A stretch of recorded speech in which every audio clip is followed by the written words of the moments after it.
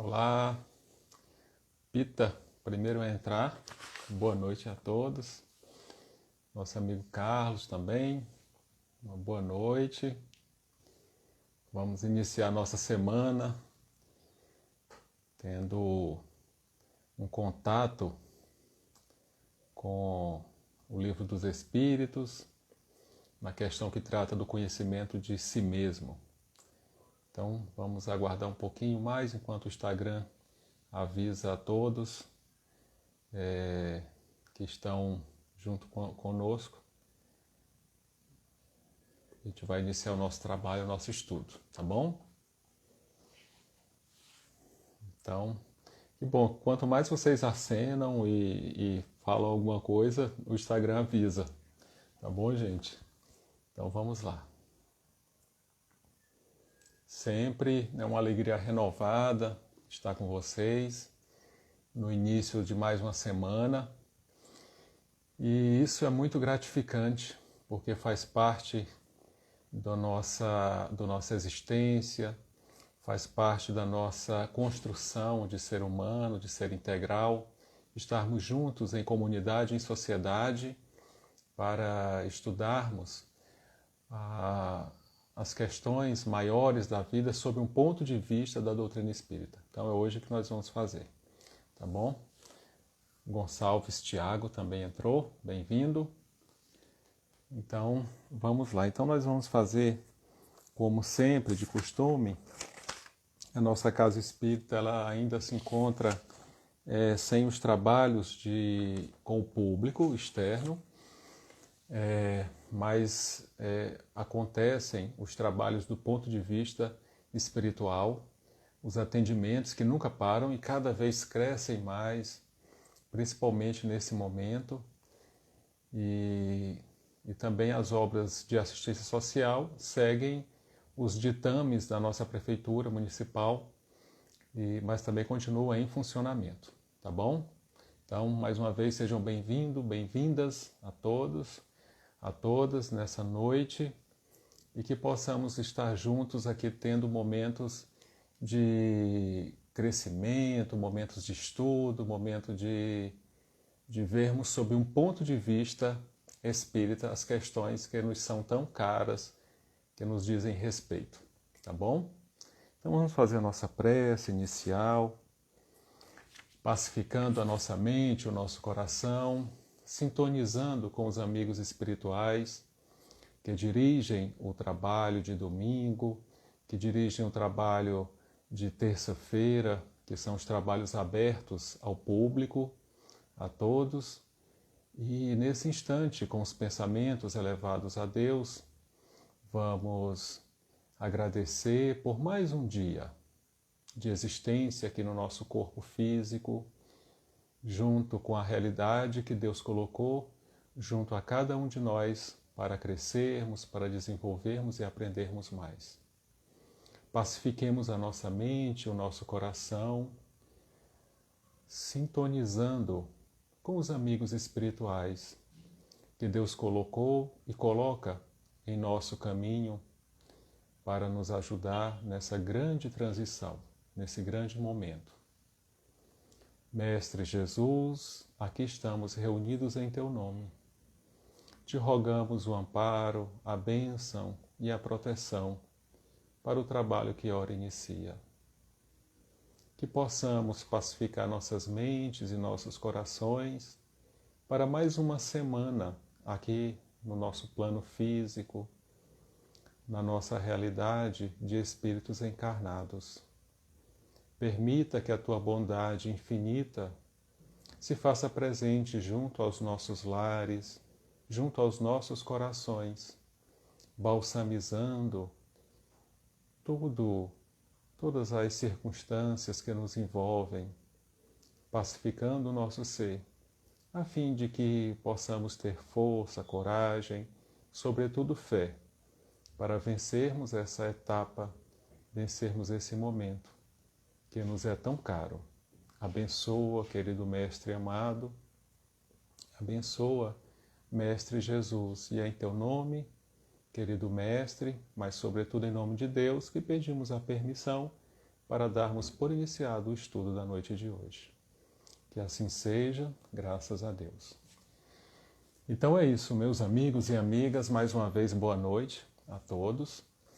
E hoje nós vamos falar um pouco sobre conhecimento de si mesmo. Toda vez que a gente ouve essa palavra, essa frase, né, conhecimento de si mesmo, a gente se remete logo àquela questão do Livro dos Espíritos, a questão 919 do Livro dos Espíritos, e também já vem logo à mente a figura de Santo Agostinho, um santo da Igreja Católica que teve um conhecimento pós-morte, ou seja, quando estava no plano espiritual, alargou os seus conhecimentos e que muito contribuiu para a doutrina espírita, para a materialização da doutrina espírita junto a nós.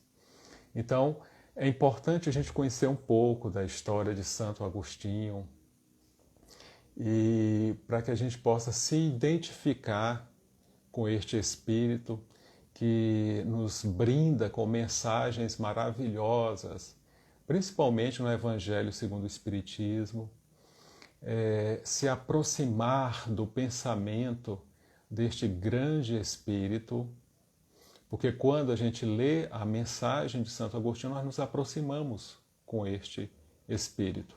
E ele nos traz uma mensagem belíssima no Evangelho segundo o Espiritismo, que trata da ingratidão dos filhos e os laços de família.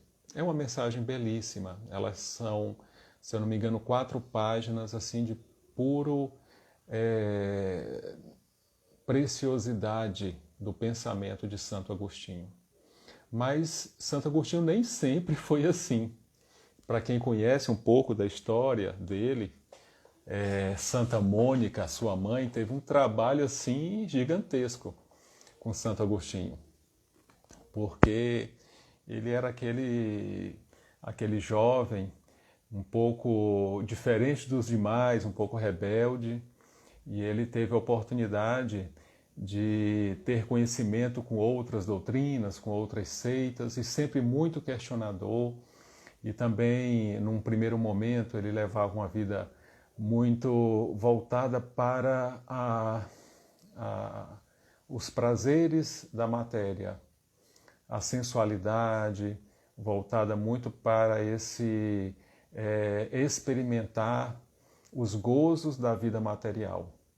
Então foi através de muita prece da sua mãe, de muito esforço, que Santo Agostinho tem a oportunidade de ter um conhecimento profundo com a mensagem de Jesus, se tornando um cristão, e muito trabalhando após a sua conversão pela divulgação e pela a exemplificação da mensagem do Cristo nele mesmo.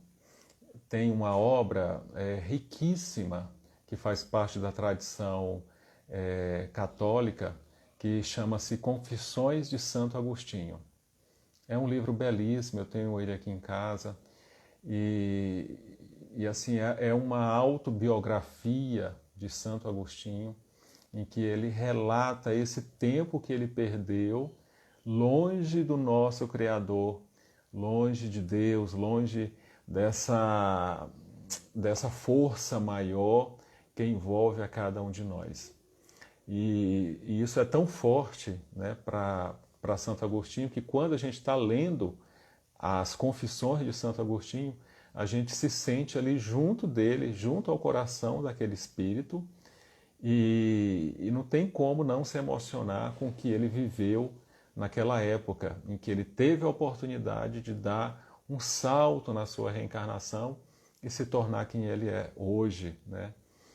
Alguém que tem um conhecimento muito grande acerca das misérias humanas, acerca do que cada um de nós passa, padece em torno dos desafios que a vida material nos impõe. Então, hoje o nosso estudo é vinculado ao pensamento de Santo Agostinho. Então, o Livro dos Espíritos, a questão 919, fala o seguinte, que tem como subtema o conhecimento de si mesmo. Diz assim: qual o meio mais prático, mais eficaz para se melhorar nesta vida e resistir ao arrastamento do mal? Então, a gente observa o quanto que nossa vida atual, o quanto que a nossa existência exige de cada um de nós, desse melhoramento contínuo.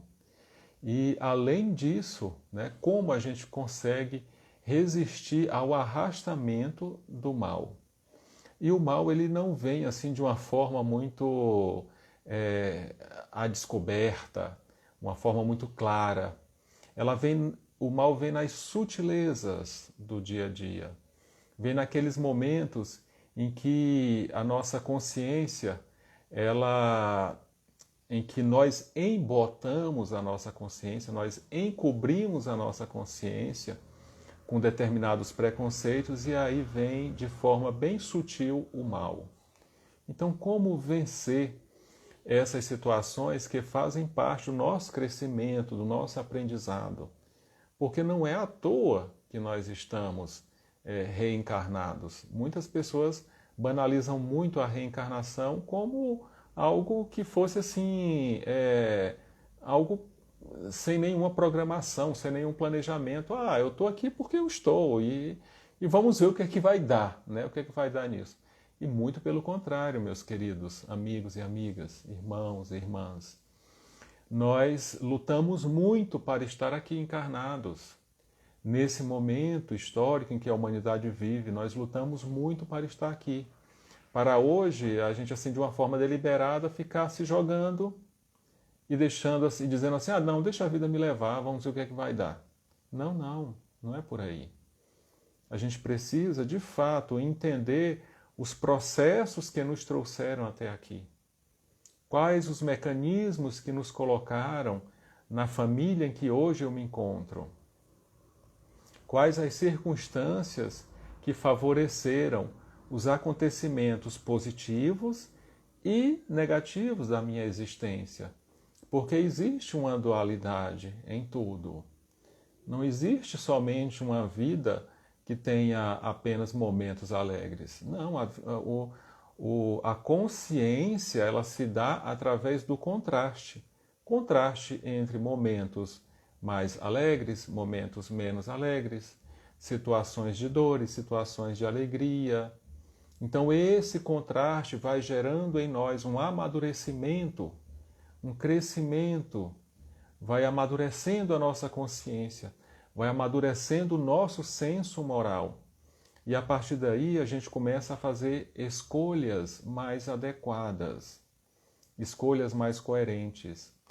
Então, todas as vezes em que nos sentimos de alguma forma presos por uma situação, uma circunstância, analisemos bem se essa prisão, se esse sentimento de impotência não significa que nós devemos buscar alargar os nossos horizontes junto ao nosso Criador. Porque Deus, ele concede esse alargamento a partir do momento que damos conta com aquele processo maior. Mas se nós ainda somos muito, vamos dizer assim, reticentes a esse convite divino, se ainda estamos naquele negacionismo de achar que Deus é algo assim meio longe de mim, meio distante, então se eu continuo ainda com esse pensamento de rebeldia com relação ao meu Criador, a minha existência ela vai ser muito limitada. Ela vai acontecer de forma muito limitada. Então eu vou me sentir preso. E reparemos bem, se hoje nós não estamos muitas vezes nos sentindo assim, impotentes diante da vida. E como a gente consegue reverter essa impotência? Como a gente consegue reverter essas circunstâncias que Kardec tão bem colocou na pergunta 919? Qual o meio mais prático, mais eficaz para se melhorar nesta vida e resistir ao arrastamento do mal? Então aí entra, né, a resposta dos espíritos que falam: um sábio da antiguidade vou-lo disse, conhece-te a ti mesmo. Então ele traz uma frase de um filósofo muito conhecido por todos nós, Sócrates, que fala: o conhece-te a ti mesmo. Então vale a pena também nós podermos identificar na figura de Sócrates alguém que tinha um conhecimento além do seu tempo, alguém que trouxe para nós algo que nos fizesse pensar além dessa realidade material, além dessa realidade física. E eu acho muito interessante porque as pessoas do convívio mais próximo de Sócrates falavam assim: olha, o que você fala é tão maravilhoso, é algo que inunda todo o nosso ser e que nos traz toda uma alegria muito grande de crescimento, de desenvolvimento das nossas potências enquanto espíritos, né, enquanto encarnados aqui. Por que a gente não coloca os tiranos de Atenas para que você possa transmitir a eles o seu conhecimento filosófico e assim mudar toda a conjuntura desta cidade? E aí Sócrates tão sabiamente responde para os seus discípulos e fala assim, né, de uma forma muito socrática. Ele diz assim: minha mãe, que se chama Fianaretes, é uma parteira, e uma excelente parteira. Mas uma coisa que minha mãe não consegue fazer é dar luz a uma mulher que não esteja grávida. Então, de uma forma muito socrática, ele falou assim: não tem como eu ensinar filosofia, ensinar esse outro ponto de vista aos tiranos de Atenas, se eles não estiverem ansiosos, se eles não estiverem predispostos a esta mudança. Ou seja, se eles não estiverem grávidos por esta sabedoria, por este entendimento. Então é deste ponto de vista, meus queridos amigos e amigas, que nós começamos a entender o conhecimento de nós mesmos. Será se nós estamos preparados para este momento atual? E aí eu digo assim, olha, a vida nos coloca em situações que a preparação é durante o processo. Quem de nós já teve um sentimento de estar pronto para realizar algum tipo de atividade? Nós concluímos, vamos supor, concluímos um ensino, uma graduação técnica ou universitária e nós vamos trabalhar naquela área de conhecimento, naquela área cultural do nosso conhecimento e nós não estamos ainda preparados. Nós vamos nos preparar a partir do momento que a gente começa a travar contato com a nova realidade, começa a travar contato com as situações que nos impulsiona a desenvolver em nós os atributos necessários.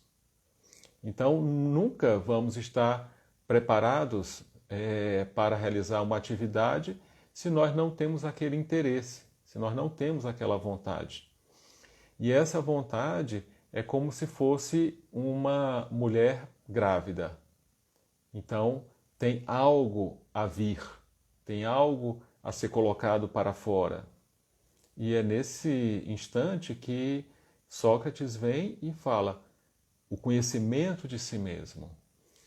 O conhecimento de nós mesmos permite com que nós saibamos entender essa conjuntura atual e o que ela quer dizer para nós, para a nossa vida, para o nosso futuro, inclusive. E aí é um convite que a doutrina espírita faz a todos nós. Porque o Espiritismo, longe de ser apenas uma religião, mas ela é uma proposta filosófica muito avançada. Temos conhecimento, temos uma comunicação de um espírito amigo que ele nos revelou, né, isso já há uns 10 anos atrás, que o Espiritismo ele seria integralmente entendido daqui a 500 e 600 anos. Então é muito difícil hoje nós termos a capacidade de compreender, de absorver a doutrina espírita, porque ainda tem muita coisa a ser desvelada, Tem muita coisa ainda a vir à tona. E muito de nós, do conhecimento de nós mesmos. Esse nosso momento histórico, ele exige este conhecimento. Existe essa maturidade no nosso senso moral. Porque quando o Espiritismo vem falar a cada um de nós, os espíritos já nos consideram com a idade madura para entender esses determinados cânones sagrados da vida. Porque se a gente voltar um pouquinho atrás, na época de Moisés, ainda estávamos na infância da humanidade. Não tínhamos esse conhecimento.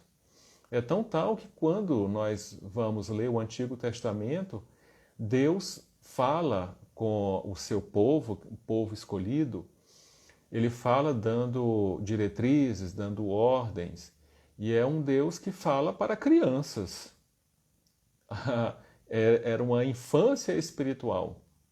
E eles tinham em Deus alguém que poderia prover das suas necessidades básicas. Então eu ia fazer um sacrifício para que eu me purificasse e a partir dessa purificação eu obtivesse uma boa colheita, uma boa casa, bons recursos, uma família que me oferecesse condições de conforto. Então era tudo voltado para uma infância da humanidade. Então era um momento em que as diretrizes eram muito claras para que se desenvolvesse o germe desta espiritualidade em nós. Mas ainda éramos muito infantes, éramos muito crianças ainda. O tempo passou e veio Jesus. Com Jesus, a palavra já tinha uma característica um pouco diferente. Já se falava para pessoas adultas, que tinham saído da infância e que adentravam a fase adulta. Então, era falado através das parábolas, para que se houvesse um chamamento a este entendimento nas entrelinhas. E o tema básico da fala de Jesus era falar de algo superior a essa realidade em que todos viviam naquele exato momento. Falava de um reino de Deus, algo superior àquela conjuntura. Quando Pôncio Pilatos ele interroga Jesus, tu és rei? Cadê o teu reino? E Jesus muito calmamente, muito tranquilamente, porque ele já sabia o que ia acontecer hoje, né, inclusive, e já sabia tudo o que estava acontecendo naquele exato momento, olha tranquilamente para Pôncio Pilatos e fala assim, meu reino não é deste mundo. Então isso é muito pujante, esse conhecimento é muito forte, porque até hoje nós temos dificuldade de entender que nós estamos aqui na Terra de passagem e que tudo aqui faz parte de uma conjuntura temporal. Tudo está fadado ao tempo e nada mais além do tempo. Então tudo que existe está fadado a desaparecer. Então, se está fadado a desaparecer numa realidade maior, numa realidade socrática, isso não existe. Porque o que existe de fato é aquilo que é eterno, aquilo que nunca deixou de existir. Então, todas as nossas coisas, inclusive o nosso corpo, ele não existe, porque ele vai se acabar. Então, a pessoa, a gente teve agora a notícia nessa última semana do desencarne do príncipe da Inglaterra, né, do marido da rainha Elizabeth, com 99 anos de idade. Então, aonde estava este príncipe há 110 anos atrás? E aonde está esse príncipe há 110 anos agora? Então, na verdade, ele permanece vivo, mas o seu corpo, ele não existe. E nós dedicamos a maior parte do nosso tempo ao cuidado com este corpo, ainda com uma certa imaturidade.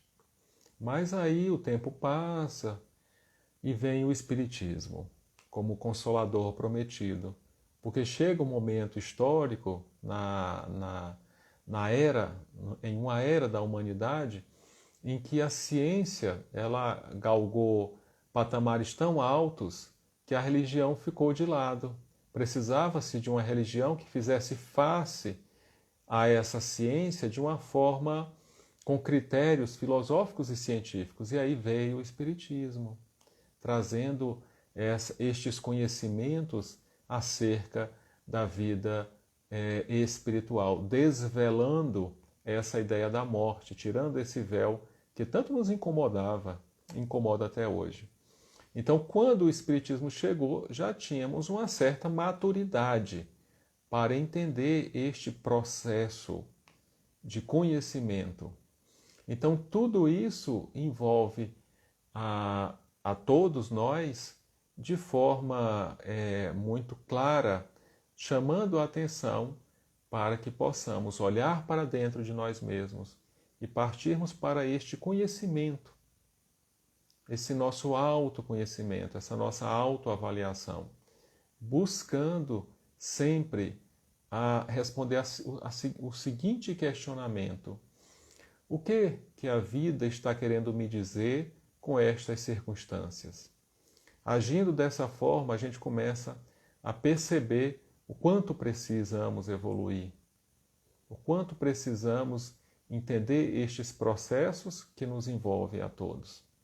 Então, meus queridos amigos e amigas, a doutrina espírita, de uma forma bem tranquila, vem nos trazer este conhecimento, para que nós possamos refletir, para que nosso coração se sinta confortado, porque é o Consolador prometido.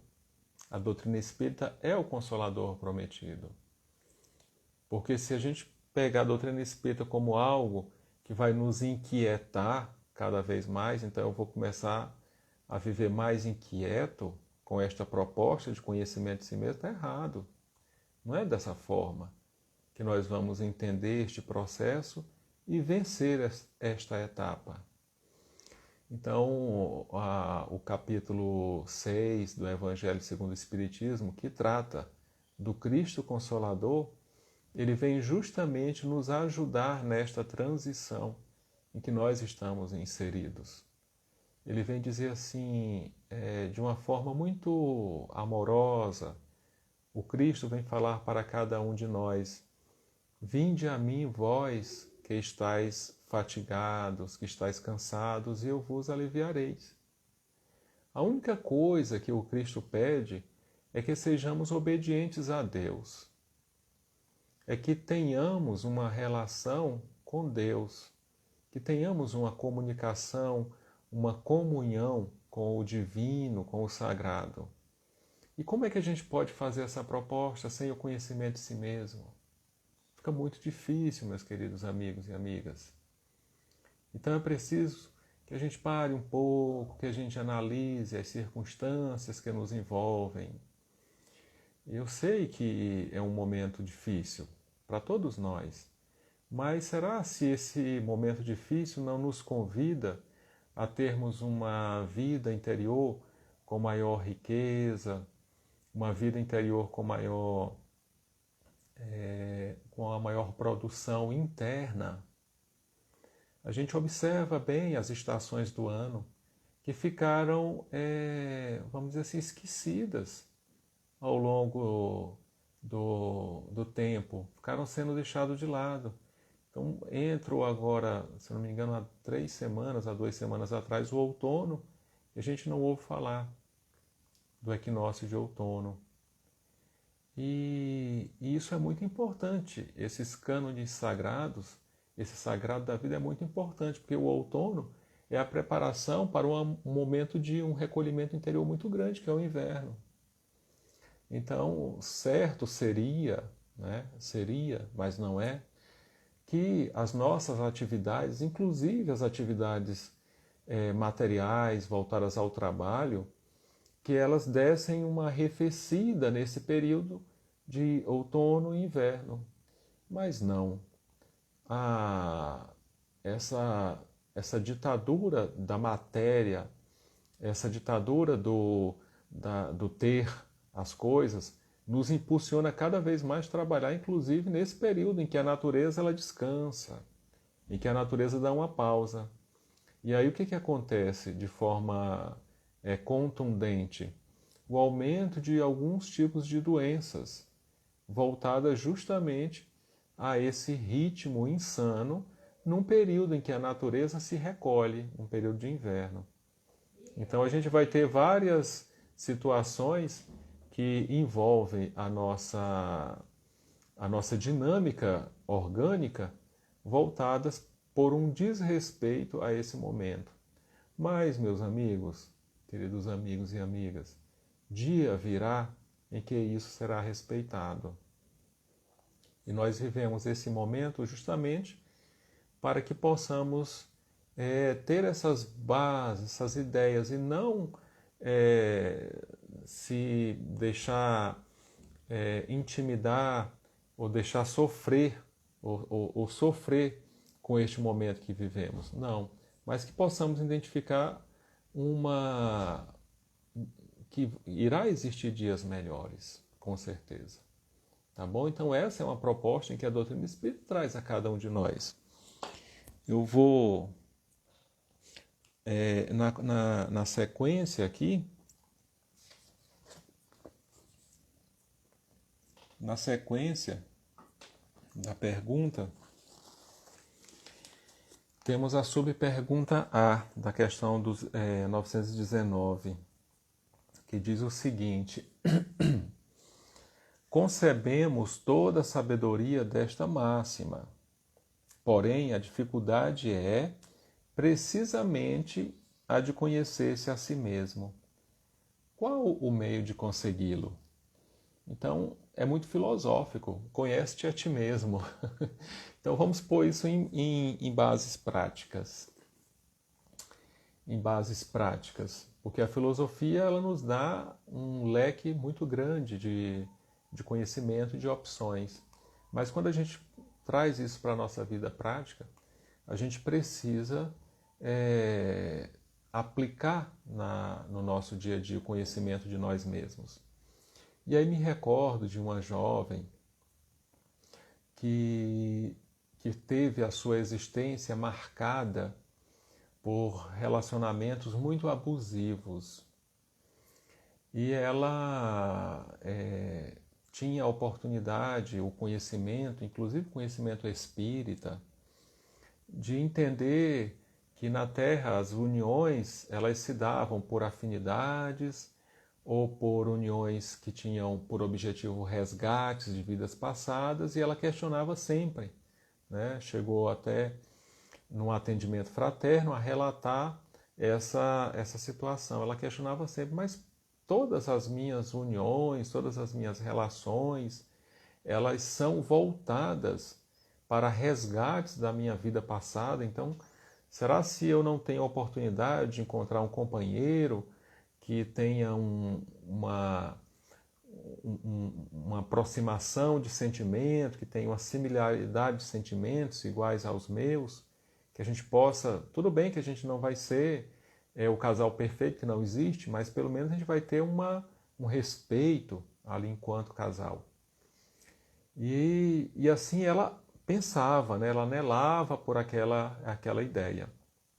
E aí nós atendemos, a gente conversou bastante, e chegamos à seguinte situação, né? Porque quando nós começamos a observar que os padrões começam a se repetir junto a nós, junto à nossa vida, isso significa que muitas vezes a situação está em nós e não lá fora, e não no outro. E era justamente isso que acontecia com essa bela jovem. A situação dos relacionamentos conflitivos estava justamente em situações íntimas não resolvidas. E um dos pontos principais de essa moça relacionar-se com frequência com pessoas que não a respeitavam, pessoas que eram agressivas com ela, era que, apesar dela ter toda uma estrutura física muito bonita, muito bela, ela tinha uma baixa autoestima. E ela considerava que merecia, no seu inconsciente, ela considerava que merecia pessoas daquele nível, daquela característica, com aquelas características.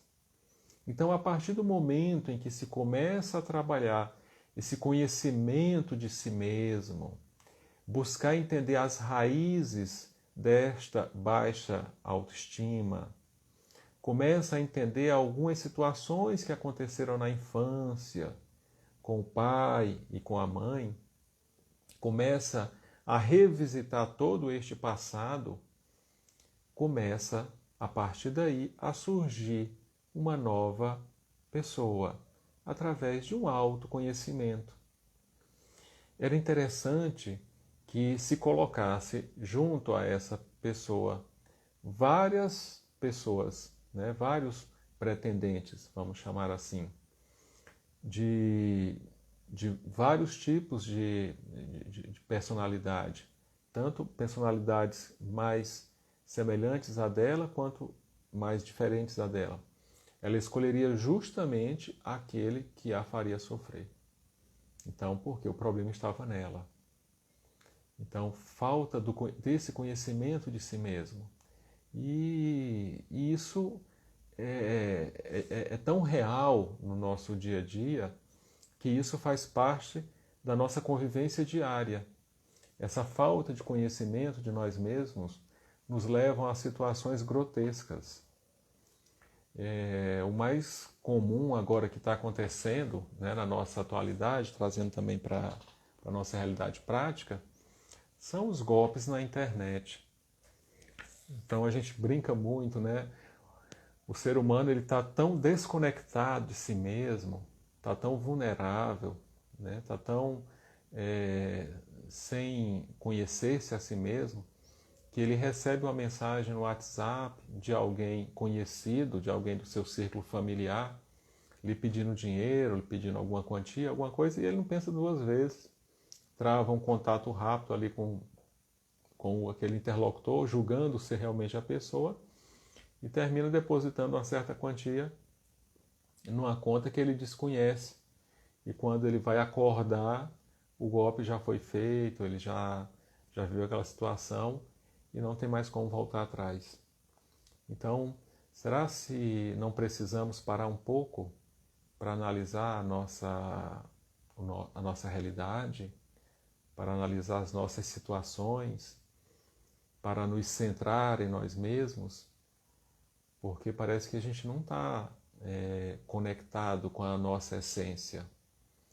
E não conectar com a nossa essência é abrir mão do nosso futuro, é abrir mão desse projeto divino que é a nossa reencarnação.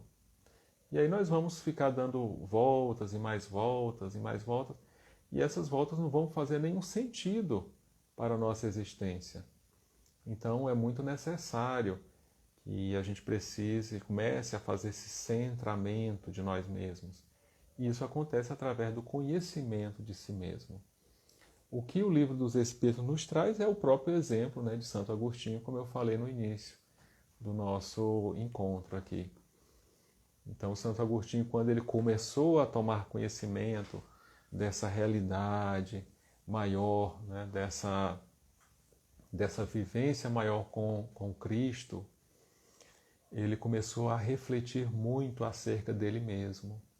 Então, essas reflexões é que geraram o livro com o título de Confissões de Santo Agostinho. Um livro muito bom, se vocês puderem adquirir. Eu acho que inclusive tem na internet também em PDF. Mas isso tudo veio o quê? De uma busca por conhecer-se a si mesmo. Com bases morais, com bases éticas, esse conhecimento de si mesmo. E aí, a partir desse momento, o horizonte dele começa a se alargar e ele começa a enxergar coisas que antes não enxergava. Isso é tão bom, meus amigos. Isso é muito bom, As terapias nos ajudam muito também com o conhecimento de nós mesmos. A gente pode citar uma terapia muito conhecida de um alemão chamado Bert Hellinger, e essa terapia chama-se constelação familiar. Nos coloca no centro de nossa existência e nós começamos a entender essa dinâmica da vida de uma forma muito clara, muito precisa e que nos transmite esse alargamento do horizonte físico e espiritual e esse entendimento. E a proposta de Bert Hellinger com a constelação familiar é justamente reposicionar padrões que estavam invertidos e agindo dessa forma no movimento atômico, molecular, das ligações atômicas, porque tudo isso está em a natureza, né? E somos formados por esta ideia de átomo, dessas ligações. Esse reposicionamento faz com que a dinâmica da nossa existência ela se modifique. Porque uma coisa é nós conhecermos, é termos o total conhecimento acerca da reencarnação, acerca do planejamento reencarnatório, acerca da família que nós estamos inseridos. Outra coisa é nós sentirmos. Esse sentimento gera em nós modificações profundas. E é isso que propõe uma das terapias que eu citei aqui, que é a constelação familiar. Existem outras, né? A própria homeopatia, a própria medicina antroposófica também, e tantos outros recursos que nos ajudam nesse conhecimento de nós mesmos. Então, meus queridos irmãos e irmãs, é urgente que busquemos este desafio, mas que busquemos de forma amorosa conosco mesmo, que busquemos nos amar, nos respeitar, porque a vida nos oferece situações de crescimento e não de desastre, não de perturbações. As circunstâncias perturbadoras muitas vezes são atraídas por este nosso mau comportamento. E o nosso mau comportamento vem de quê? De um entendimento incorreto da nossa existência, da nossa vida. Então, a partir do momento que ajustamos esse conhecimento, a partir do momento que ajustamos essa ideia, a gente começa a vibrar, a sentir de uma forma diferente, né? E isso tudo nos ajuda a entender a vida de forma mais pacífica, de forma mais amorosa. Então, esta é a proposta. Vamos fazer a reforma íntima. Tudo bem, vamos fazer a reforma íntima. Mas isso precisa de uma base mais prática, uma base mais sólida. Precisa de um conhecimento da nossa existência de forma mais tranquila, pacífica. E será se o nosso dia a dia permite isso? Quanto tempo a gente sai e fica somente nós conosco mesmo, em a natureza, por exemplo? Os parques, inclusive, estão fechados. Então é difícil a gente manter essa unidade conosco.